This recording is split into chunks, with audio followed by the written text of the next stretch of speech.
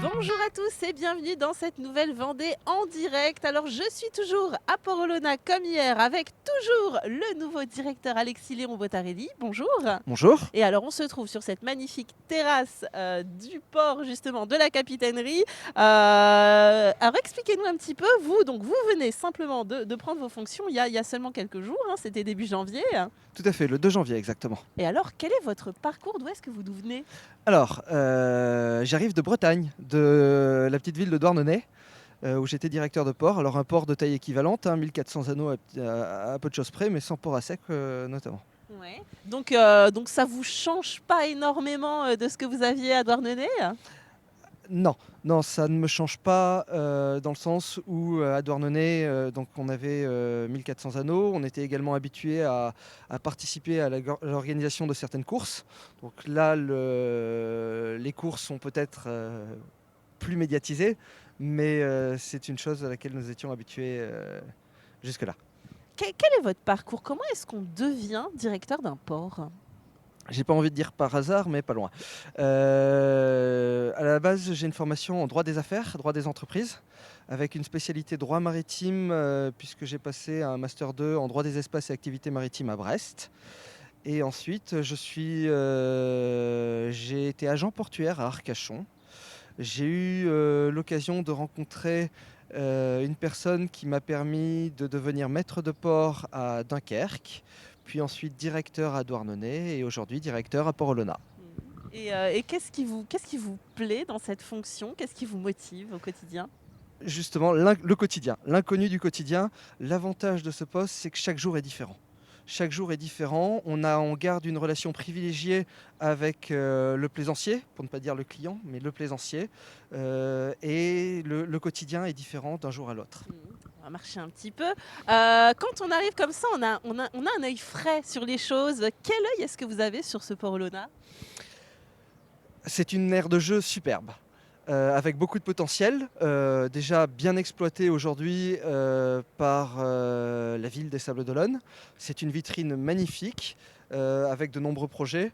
Et bien mon objectif, ça va être d'aider la ville des Sables-d'Olonne à mener ses projets à terme de manière à faire de Port-Olona une vitrine rayonnante. Alors l'aspect course, hein, je crois comprendre que c'est quelque chose qui vous plaît beaucoup. Tout à fait. Le Vendée Globe, la GGR, tout ça, ce sont des courses qui bercent nos enfants et même pas que les enfants, les grands, hein. Aujourd'hui, le jeu Virtual Regatta, le jeu sur smartphone Virtual Regatta a le vent en poupe, et c'est le cas de le dire. Donc c'est quelque chose qui nous attire tous. Alors le numérique justement, parlons-en puisque ça fait partie de vos projets pour Port-Olona. Expliquez-nous un petit peu ce que vous avez envie d'y faire dans ce port. Alors, l'idée, ça serait de faire de Port-Olona un port connecté.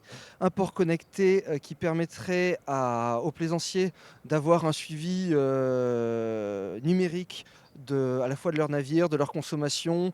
Ça peut être des capteurs de présence, des détections d'intrusion, des détections de gîtes ou de voies d'eau, sans pour autant quand même rompre le lien qu'on a avec les équipes portuaires. Et ça, c'est quelque chose auquel je vais m'accrocher, puisqu'aujourd'hui, c'est vrai qu'on a beaucoup de solutions qui proposent de rendre le plaisancier autonome. C'est bien jusqu'à un certain stade. Je pense que maintenir le lien avec les équipes en place reste important tout de même. C'est une demande, ça, des plaisanciers, plus de numérique? Ouais, c'est une demande parce qu'aujourd'hui, le plaisancier qui arrive en escale aime savoir à l'avance où est-ce qu'il va pouvoir être, s'il peut réserver sa place, quel type de service il peut réserver. Il faut savoir que Port-Olona est un port qui est ouvert 24 heures sur 24, 7 jours sur 7. Ce n'est pas le cas de tous les ports. Donc c'est pour ça que je pense qu'on n'aura pas forcément besoin d'aller jusqu'au bout en coupant le lien avec le plaisancier de manière à ce qu'il puisse tout faire lui-même via son smartphone. Mais on peut offrir un certain nombre de services en ligne qui peuvent être intéressants et appréciés par nos plaisanciers. Et cette digitalisation, elle pourrait intervenir à quelle échéance? Alors, assez rapidement pour la première partie, on a eu la possibilité hier d'évoquer les bandes connectées. Donc ça sera dans une première étape. Aujourd'hui, le port Olona, le port de plaisance des Sables-d'Olonne, propose déjà l'utilisation du réseau Passeport Escale. Donc le réseau Passeport Escale permet à nos plaisanciers de bénéficier de nombreux avantages dans d'autres ports. Euh, et donc, dans un avenir proche, l'installation notamment de nos bandes connectées, éventuellement d'interfaces client-capitainerie disponibles. Hmm. Et si on regarde même encore plus loin, quel autre projet est-ce que vous pourriez avoir? Alors, c'est pas moi qui l'ai ce projet, mais je compte bien le porter, avec la municipalité.